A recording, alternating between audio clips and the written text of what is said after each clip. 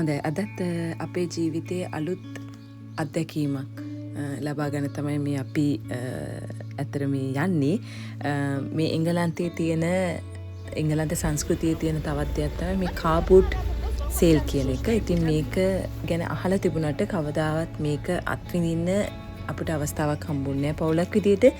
ඉතින් අපේ යාළුවෙක් ගෙදරක ගිය වෙලාවක ඒ ගෙදර කිට්ටුව මෙන්න මේ කාර් බූට් සේල් එකක් තියෙනවා කියලා ඉතින් අපිට ආරංචියක් ආවා. ඉතින් අපි සූදානම් වුණා අද දවසේ මේ කාර් බූට් සේල් එකට ගිහිල්ලා ඒකේ ඒ අත්දැකීම් විඳ ගන්න. ඉතින් ඒ විඳගත් අත්දැකීම් හැමෝම එක බෙදා ගන්න තමයි මේ vlog එක අපි අද කරන්නේ.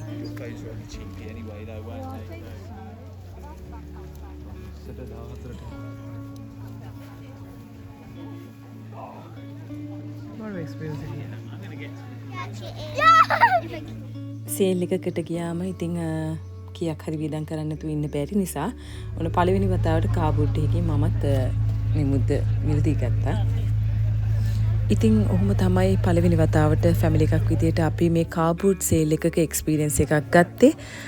මෙහි අය බොහොම කැමති මේ කාර් බූට් සේල් කියන මේ සංකල්පයට. ඉතින් ඒ අය රැකගත්තේ අය මිලදී ගත්ත දේවල්, එයාලා පාවිච්චි කරපු දේවල් මේ විදියට එයාලා එක තැනකට රැස් වෙලා මෙහෙම විකුණනවා. ඉතින් අලුත් අත්දැකීමක් ගොඩක් සතුටුයි මේ වගේ අත්දැකීමක් විඳ ගන්න ලැබුණාට ජීවිතේ.